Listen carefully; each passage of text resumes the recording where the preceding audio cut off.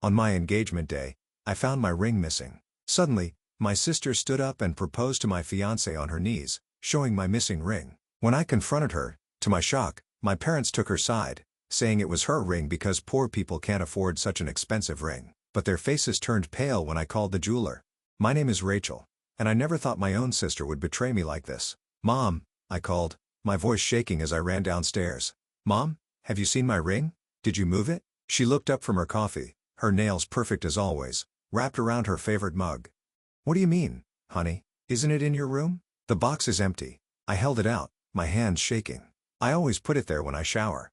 "Always. Maybe you misplaced it," she said with barely a glance at the box. "You've been so distracted with all the wedding planning." Then, I heard it, the sound of Laura's laughter coming from the backyard. My stomach dropped. I turned to the window. There she was, on her phone, twirling something in her fingers that caught the sunlight. "Laura!" I stormed outside, the screen door slamming behind me. "What are you doing with my ring?" I demanded. She turned, and I saw it, clear as day, on her left hand. My ring. The 4-carat princess cut diamond that Paul had worked so hard to buy. "Oh, hey, sis," she said with a sweet smile. The same one she always used to get out of trouble. "Isn't it beautiful? Brian proposed last night. The world seemed to spin." "That's my ring," I said. "Don't be ridiculous," she laughed, but her eyes flickered away.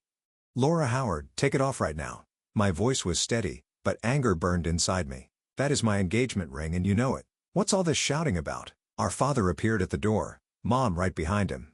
"Laura stole my engagement ring." I turned to them, desperate for them to see the truth. "She's trying to pass it off as her own." Laura's lower lip trembled. "Why would I steal her ring?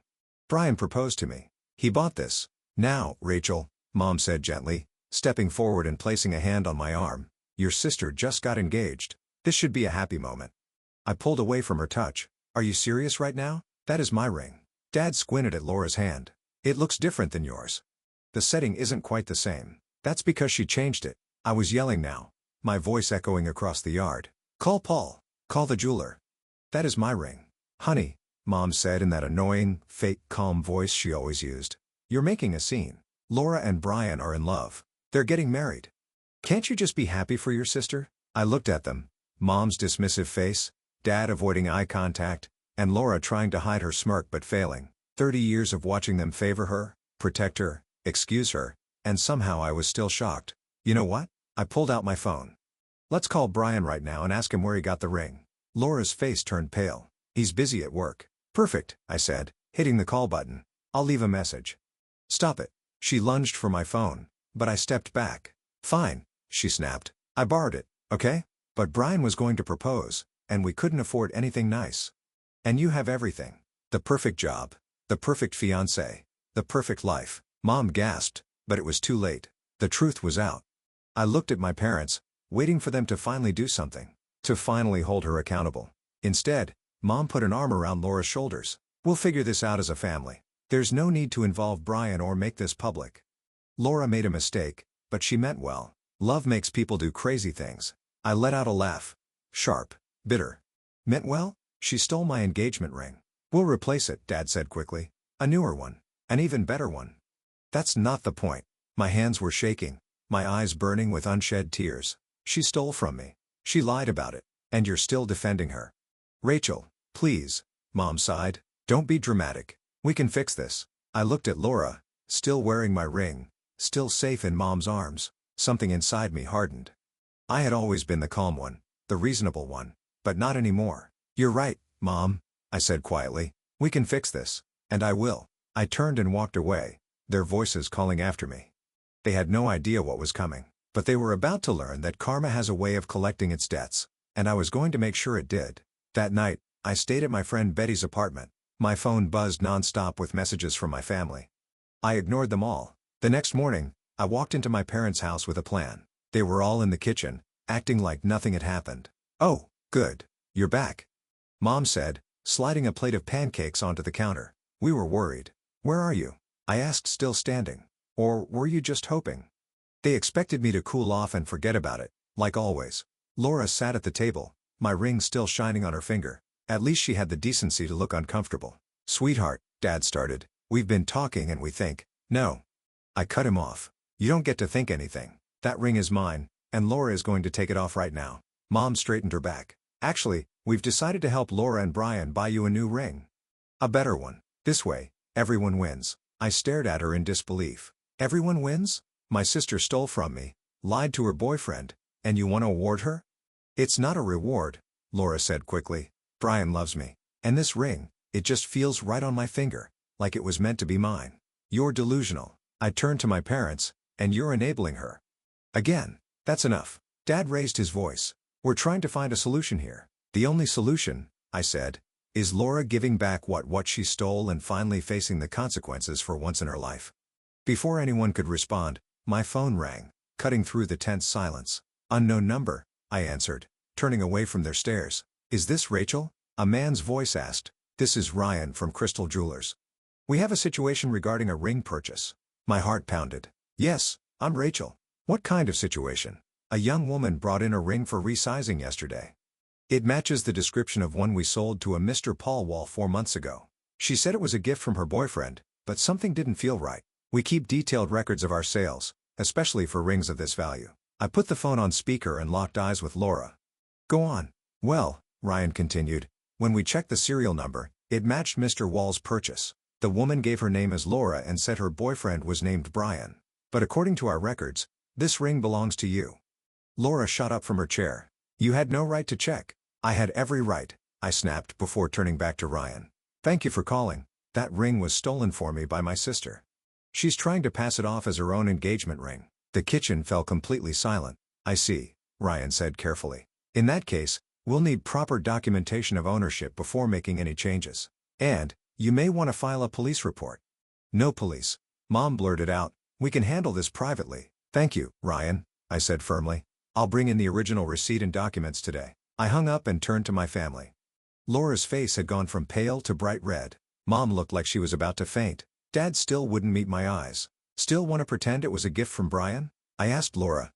Her face twisted with anger. You're just jealous, she shouted. You hate that I'm happy, that someone wants to marry me too. I laughed.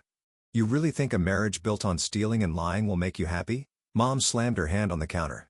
Laura made a mistake, but getting the jeweler involved and talking about police reports, that's too much, Rachel. We raised you better than this. No, Mom, you raised me to be the responsible one, the understanding one, while Laura got away with everything. Well, not this time, please. Laura's voice shook. Brian will leave me if he finds out. You know how he is about honesty. I'll do anything. I'll pay you back. You should have thought about that before stealing my ring and lying to everyone. I cut her off. I grabbed my purse. I'm going to the jeweler. Then I'm calling Brian. You can't. Laura lunged, grabbing my arm. Mom? Dad? Stop her. Dad finally spoke, his voice tired. Let her go, Laura. This has gone too far. But she'll ruin everything. Laura wailed. I yanked my arm free. No, you ruined everything. I'm just making sure the truth comes out. As I reached the door, Mom called after me. If you do this, you'll tear this family apart. I paused, looking back at them one last time. No, Mom. You and Laura did that when you decided stealing and lying were okay, as long as your favorite daughter got what she wanted. I walked out, shutting the door behind me with a satisfying click. My phone buzzed, a text from the jeweler confirming they had found my purchase records. Perfect. It was time to show my sister that karma doesn't care about being the family favorite. I can't believe they're actually defending her, Betty said, sliding a glass of wine across the kitchen counter to me. I mean, I can, because it's your family, but still. I took a long sip. The receipt from Crystal Jewelers spread out in front of me. You should have seen Laura's face when the jeweler called, I said. Like a kid caught with her hand in the cookie jar, except the cookie is a 4-carat diamond worth $20. So, what's the plan? Betty asked, leaning forward, eyes shining with excitement. Please tell me you're going nuclear on this. My phone buzzed again. Another text from Laura. Please don't do this. I'll explain everything to Brian myself. Yeah, right? I muttered, showing Betty the message. She's just trying to buy time to come up with another lie, Betty said. You know that, right? The doorbell rang, making us both jump. Betty peeked through the peephole and turned to me, eyes wide. It's your mom. Of course, it is. I stood up, squared my shoulders. Let her in. Mom stormed in like she owned the place, her designer purse swinging at her side. Rachel, we need to talk, alone. Anything you have to say, you can say in front of Kim. Mom's lips tightened. Fine. Laura is devastated.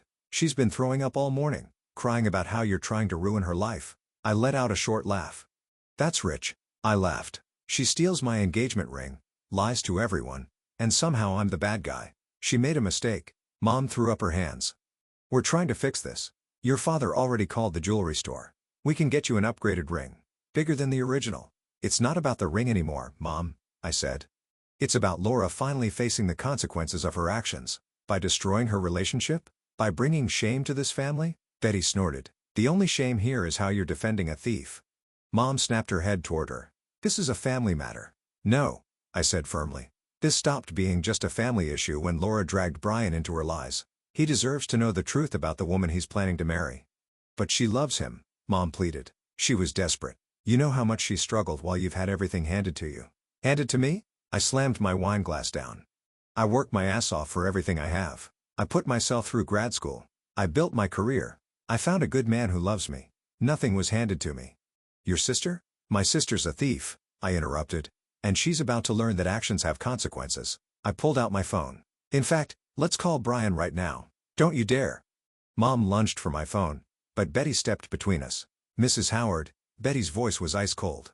I suggest you step back. My phone was already ringing. 1 ring. 2 rings. 3 rings. Hello, Brian's voice came through, clear and confused. Brian, it's Rachel. We need to talk about Laura's engagement ring. Rachel, please. Mom's voice cracked with desperation. What about it? Brian asked. Is something wrong? I need you to meet me at Crystal Jewelers in an hour. There's something you need to see. A pause. Okay, should Laura come too? No, I said firmly, watching Mom's face crumble. Just you. After I hung up, Mom stared at me like she didn't even know who I was. I never thought you could be so cruel, she whispered. Cruel? I let out a dry laugh. Cruel is watching your daughter steal from her sister and helping her cover it up. Cruel is letting Laura lie to an innocent man about something as important as their engagement. Cruel is standing in my home, trying to guilt-trip me into accepting more family betrayal.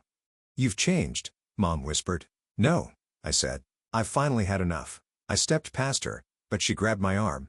If you do this, don't expect to be welcome at home anymore. I gently pulled her hand away. That's fine. I'd rather be alone than surrounded by people who think love means defending theft and lies. After Mom left, Betty hugged me tight. You okay? I exhaled slowly, picking up the receipt, the proof that the ring was mine. Actually, yeah. For the first time in forever, I felt like I was finally doing the right thing. Want me to come with you to meet Brian? Betty asked. I shook my head. No, this is something I need to do alone. But keep your phone on. Something tells me Laura is going to lose it when she finds out what's happening. As I grabbed my things, my phone lit up with a text from Laura. You'll regret this. I showed it to Betty, who raised an eyebrow. Sounds like a threat. I smiled, slipping the receipt into my purse. No, it sounds like someone who's finally about to face the truth, and I can't wait to see it happen. Brian was already waiting outside Crystal Jewelers when I arrived. His hands were stuffed in his pockets, his face full of confusion and concern. I had always liked him. He was honest, hardworking, and genuine. Everything my sister didn't deserve. Hey, he said, shifting nervously. What's going on? Laura's been calling me non-stop, but she won't say what's wrong. Let's go inside first, I said, holding the door open. There's something you need to see. Inside, Ryan, the jeweler who had called me, looked up as we entered. Recognition flashed across his face. Rachel. And this must be Brian, he said, his expression turning serious. Do you have the documentation I requested? I pulled out the receipt and the original purchase records, laying them on the counter. Right here. Brian frowned, stepping closer. What documentation? What is all this? I took a deep breath. This is proof of purchase for the engagement ring Laura is wearing. The one you supposedly bought her. Brian's face went blank. What are you talking about?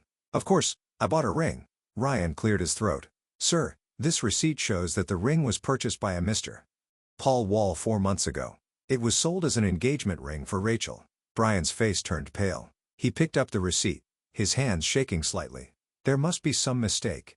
There's no mistake, I said quietly. Laura lied. She stole my engagement ring while I was in the shower and then tried to pass it off as a gift from you. No, he shook his head.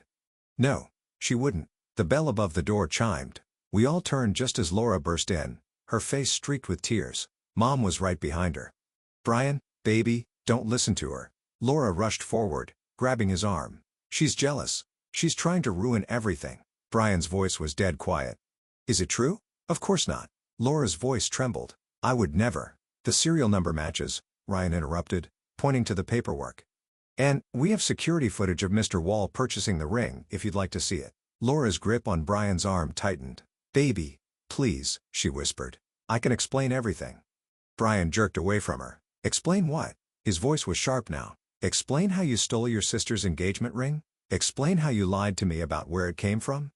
Tears poured down Laura's face. I did it for us, she cried. We've been together for 3 years, and you never proposed. I saw how happy Rachel was with her ring, and I wanted that for us, Laura whispered. So, you stole it? Brian's face hardened. You committed a crime and lied to my face about it? Laura turned to Mom. Desperate. Tell them it's not that simple. Mom stepped forward, but Brian held up a hand. With all due respect, Mrs. Howard, I don't want to hear it. I've watched you excuse Laura's behavior for 3 years, and now I finally understand why she thinks this is okay. Brian, please. Laura sobbed. I love you. Love doesn't steal, he said, his voice breaking. Love doesn't lie. He turned to me. I'm so sorry, Rachel. I had no idea. It's not your fault, I said softly. He turned back to Laura. Take it off. Now. No. She clutched her hand to her chest. You can't make me. Ryan, the jeweler, cleared his throat. Actually, if you don't take off the ring voluntarily, we'll have to involve the police. Theft over $10,000 is a serious crime. Laura's face crumpled. Slowly, she pulled the ring off and dropped it onto the counter like it burned her. Ryan picked it up, inspected it, then handed it to me. The setting has been altered, he noted, but we can restore it to its original design within a week. Laura glared at me, her voice shaking with anger. This is what you wanted, isn't it? To humiliate me? To ruin my life? No, I said, slipping the ring into my purse. I wanted the truth to come out. Everything else? That's just the consequence of your own actions. Brian moved toward the door, pausing to look at her one last time. Don't call me. Don't text me. We're done. Brian. Laura cried, trying to follow him, but Mom held her back as he walked out. Mom turned to me, furious. Are you happy now? You destroyed your sister's relationship. No, Mom. I said, meeting her glare. Laura destroyed it herself. And maybe if you had ever held her accountable for anything, she wouldn't be in this situation. I turned to Ryan. Thank you for your help. I'll be back next week for the ring. As I walked out, I heard Laura sobbing, Mom trying to comfort her. But for the first time, I felt nothing. No guilt. No pressure to fix things. Because sometimes the kindest thing you can do for someone is let them face the music they've been playing all along. 4 days after the scene at the jewelry store, Dad showed up at my apartment. His shoulders were slumped. His usual confident posture was gone, replaced by something that looked a lot like defeat. Can I come in? He asked quietly. I nodded, stepping aside. He sat on the couch, looking around at the boxes I had been packing. You're really moving out? I can't stay there anymore, I said, sitting across from him. Not after everything. He nodded slowly. Laura hasn't left her room since that day. Your mother is beside herself. I tilted my head. And how are you, Dad? For the first time, he looked me in the eyes. Mostly ashamed of myself, he admitted. I've been doing a lot of thinking about how we got here. Before I could respond, the front door opened. Paul walked in, carrying coffee and bagels. He froze when he saw Dad. Then, without a word, he carefully set the breakfast down. I should give you two some privacy, Paul said. No. Dad stood up. Stay, please. You're part of this family too, or, at least, you will be if you still want to be after everything we've put Rachel through. Paul stepped behind my chair, resting a steady hand on my shoulder. I love your daughter, sir, he said. Nothing your other daughter did changes that. Dad sighed heavily. Laura got fired from her job, he said suddenly. I blinked. What? Apparently, she had a complete meltdown at work yesterday. She started screaming at a client who was wearing an engagement ring. I crossed my arms. That's not my problem. No, it's not, Dad agreed, surprising me. Just like it wasn't your problem when she crashed your car in college, or when she took money from your savings account last year. But we always made it your problem, didn't we? I felt tears sting my eyes but forced them back. You and Mom always told me I had to protect her. To understand her. Dad's voice cracked. We were wrong. We failed both of you. We failed Laura by never teaching her consequences. And we failed you by making you responsible for her mistakes. Before I could respond, there was a knock at the door. Paul opened it, and there stood Mom and Laura. Laura pushed past him, eyes red from crying, but moving with a manic energy. Family intervention, she announced. We're fixing this. Right now. There's nothing to fix, I said, standing up.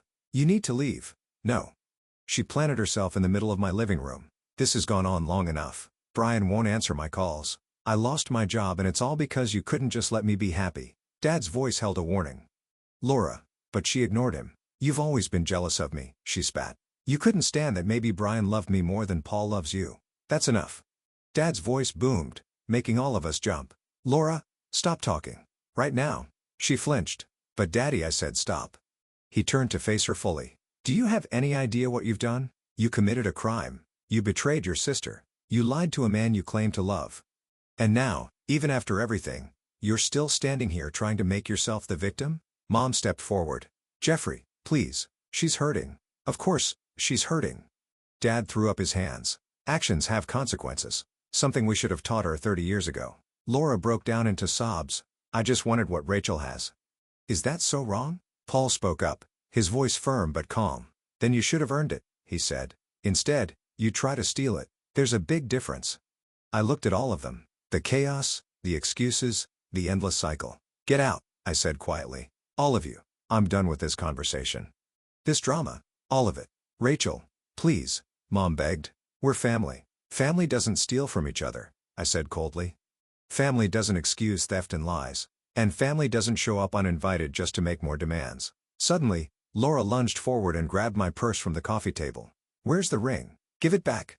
Paul moved fast, pulling the purse away from her hands as Dad grabbed her, holding her back. That's it. Dad's face was red with anger. We're leaving now. But Dad.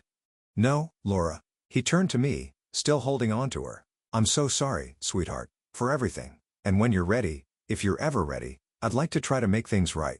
As they left, I could hear Laura's sobs, Mom's quiet attempts to comfort her, and Dad's heavy footsteps fading down the hallway.